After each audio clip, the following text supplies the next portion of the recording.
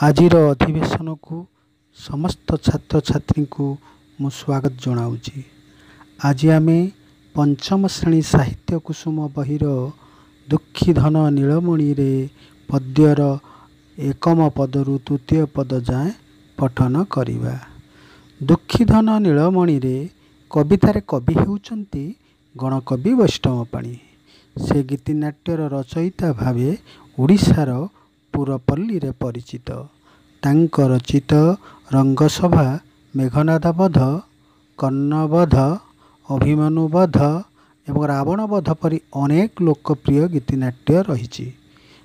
ଉକ୍ତ କବିତାଟି କବିଙ୍କର ରଙ୍ଗସଭା ସୁଆଙ୍ଗରୁ ଆସିଅଛି। ତେବେ କବିତାର ପୃଷ୍ଠଭୂମି ହେଲା, ମା ଯଶୋଦାଙ୍କର ଦୁଃଖୀଧନ ନୀଳମଣି ଥିଲେ ଶ୍ରୀକୃଷ୍ଣ। କଂସ ତାକୁ ମାରିବା ପାଇଁ ନାନା ଉପାୟ କରିଥିଲେ।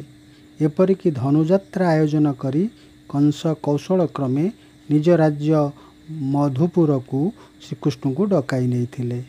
ଶ୍ରୀକୃଷ୍ଣ ମଧୁପୁର ଯିବାବେଳେ ତାଙ୍କର ଗୁଣକୁ ମା ଯଶୋଦା ବାହୁନିଛନ୍ତି, ଯାହାକି ଏହି କବିତାର ମୁଖ୍ୟ ବିଷୟବସ୍ତୁ ହୋଇପାରିଛି। ତେବେ ଆସ ପିଲାମାନେ, ଆମେ କବିତାର ପ୍ରଥମ ପଦଟିକୁ ସ୍ୱରରେ ଗାଇବା। ତେବେ ମୋ ସାଥିରେ ସମସ୍ତେ ଗାଅ। ଦୁଃଖୀଧନ ନୀଳମଣିରେ ମା ବୋଲି କିଏ ଡାକିବ ମୋତେ।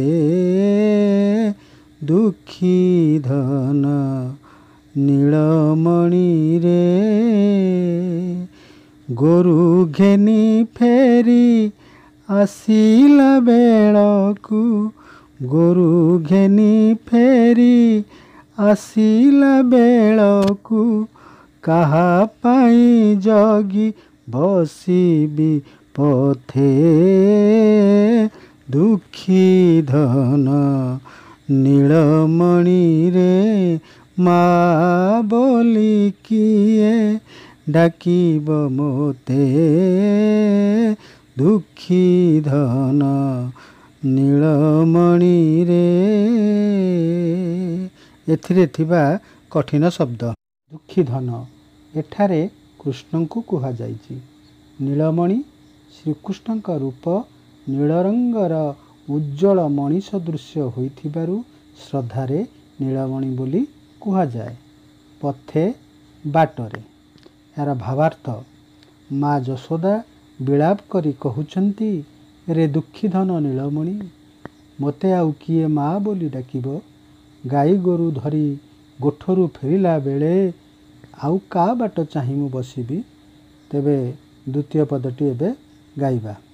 ଯେବେ ବିକା ଆସିବ କୋଳି, କାନ୍ଦି କିଏ କରିବଳି। ଚଳି ହେଉଥିଲେ ଧୂଳି ବୋଳି ହୋଇ, ଦୋଳି କେ ଖେଳିବ କାନି ପଣତେ। ଦୁଃଖୀଧନ ନୀଳମଣିରେ ମା ବୋଲି କିଏ ଡାକିବ ମୋତେ। ଦୁଃଖୀଧନ ନୀଳମଣିରେ। ଏହାର ଭାବାର୍ଥ, ମା ଯଶୋଦା କହୁଛନ୍ତି, ହେ ଦୁଃଖୀଧନ ନୀଳମଣି, ଗୋପଦାଣ୍ଡରେ ଯେବେ କୋଳି ବିକା ଆସିବ, ଆଉ କିଏ ମୋ ପାଖରେ କାନ୍ଦି କାନ୍ଦି କୋଳି ଖାଇବାକୁ ଅଳି କରିବ? ମୋ ଉପରେ ରାଗିଗଲେ ଧୂଳି ବୋଳି ହୋଇ ମୋ ପଣତ କାନିରେ କିଏ ଦୋଳି ଖେଳିବ? ତୃତୀୟ ପଦ। ଯେବେ ଦହି ମୁହାଁ ହୋଇବ, କିଏ ସେ ଲବଣୀ ଖାଇବ। ଯେବେ ଦହି ମୁହାଁ ହୋଇବ, କିଏ ସେ ଲବଣୀ ଖାଇବ।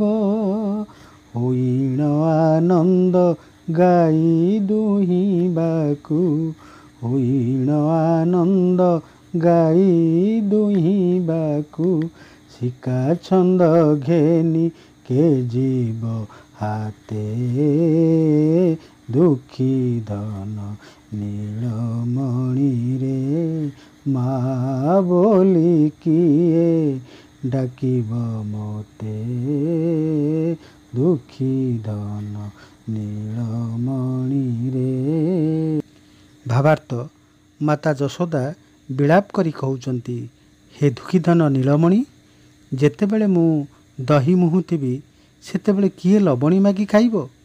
ଗାଈ ଦୁହିଁବା ପାଇଁ ଆଉ କିଏ ସେ ଖୁବ୍ ଆନନ୍ଦରେ ହାତରେ ଶିଖାଛନ୍ଦ ଧରିଯିବ? ତୁମ ପାଇଁ 5ଟି ପ୍ରଶ୍ନ।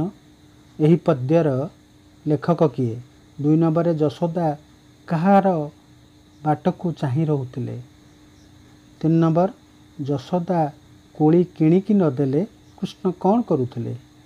4 ନମ୍ବର, ଗାଈ ଦୁହିଁବା ବେଳେ କୃଷ୍ଣ କ'ଣ ନେଇକରି ଯାଉଥିଲେ? 5 ନମ୍ବରରେ ରହିଛି ଶ୍ରୀକୃଷ୍ଣ କ'ଣ ଖାଇବାକୁ ଭଲ ପାଉଥିଲେ?